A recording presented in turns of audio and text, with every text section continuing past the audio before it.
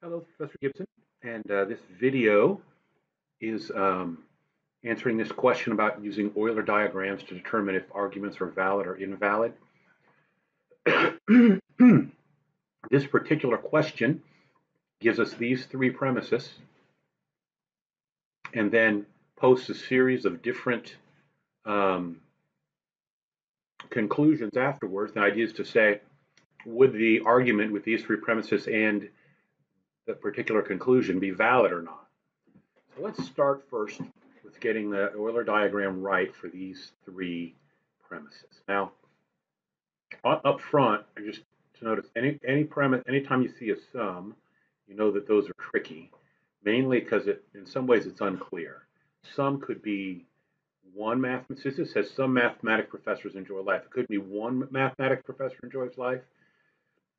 It could mean many. It could mean most. It could even mean all, because some just means there's some, right? So in your mind, when you see the word sum, it's more precise or clearer to translate it to at least one. Really all it means. It means from anywhere from one to every single one of them. That's all the word sum means. Now, this one also has a slight twist on it in that they kind of reverse the order of the way they did the first two arguments. Premises. So let's do these. First one: all people who have an Xbox play video games. So since it's all in the Xbox or inside the video, so what this means is let's use V for video games, right? And X for Xbox.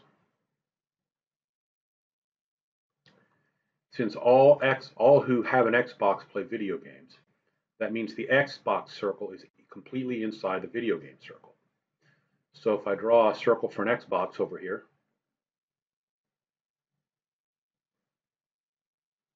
right? And then a circle for the video, since all the Xboxes play videos, that means the X circle is completely in the video circle. Now, the next one says all people who play video games enjoy life.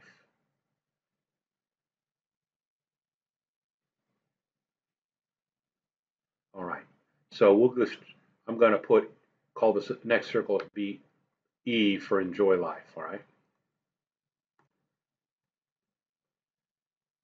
All right, since all the video game players are inside of that, that means the enjoy life circle, or squash circle, encompasses is outside the video game circle, right? All the Xboxers play video games, so the X is inside the video. All the video gamers enjoy life, so the video gamer circle is inside the enjoy life circle. Now, some mathematics professors enjoy life. That's our first conclusion. Oh, I'm sorry, it's our third premises. Now, the thing about this is, all this says is at least one mathematics professor enjoys life. So the problem here is you can't really represent that with one circle.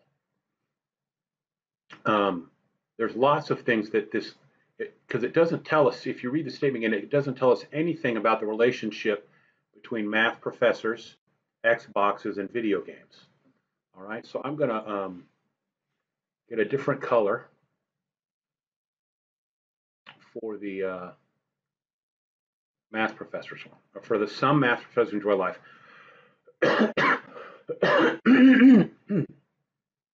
So it could look something like this, right? This blue one could be here. It goes, this will be our M for math professors. They overlap the enjoy life circle, but they don't touch the video game or the Xbox. That's a possibility, right? On the other hand, it could do this, right? There's lots of possibilities here. This happens often with the word sum. You could even draw a circle, frankly, that's entirely inside the Xbox circle. So you have to keep in the back of your mind when we evaluate these is, remember the argument is only valid if the statement is if the conclusion that they're going to ask us about is true in every single possible place you could draw one of these circles. All right. Now, so let's look at some of these conclusions. Okay, some mathematics professors have an Xbox. Well, as I mentioned before, all we know is that some mathematics professors enjoy life, and there's potentially a lot of space in enjoy life that doesn't have anything to do with Xboxes, right? So we don't know anything about mathematics professors and Xboxes. So, in other words, anything that talks about mathematics professors and Xboxes is it's probably going to be invalid because the statements we're given don't say anything about it. Some mathematics professors say video games. Well, again, look at this one over here. This is one of the ways I could draw the some mathematics professors enjoy life, and it doesn't touch the video games, right? So since it doesn't have to touch the video games, this is invalid because it might be that no math professor enjoys video games, really. No math professor plays video games. Some people who play video games are math professors. It's valid for the same reason.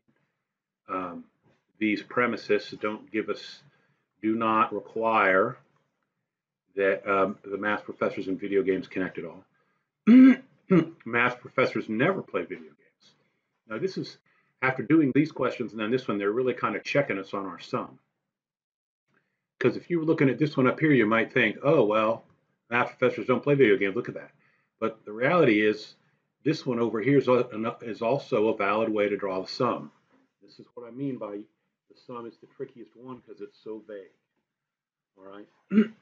So, the math professor one may or may not overlap the video games.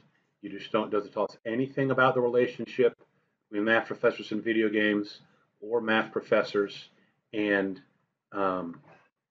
Xboxes. So pretty much any statement you make is going to be invalid. Now we get to E, and there's nothing about math professors anymore, right? All people who have an Xbox enjoy life. Well, the Xbox circle, you see, right? The Xbox circle here is completely inside the enjoy life circle. So this is valid. Some people who enjoy life are mathematics professors. Now you'll note this one is about mathematics professors and enjoying life. It's not about mathematics professors and Xboxes or video games. And we did have a statement about that. Some math professors enjoy life, right? Which means there has to be some kind of overlap between the math professors and the enjoying life. So saying it in the other direction also works. Some people who enjoy life are math professors. All right. So that is it for that one. I hope you found that helpful.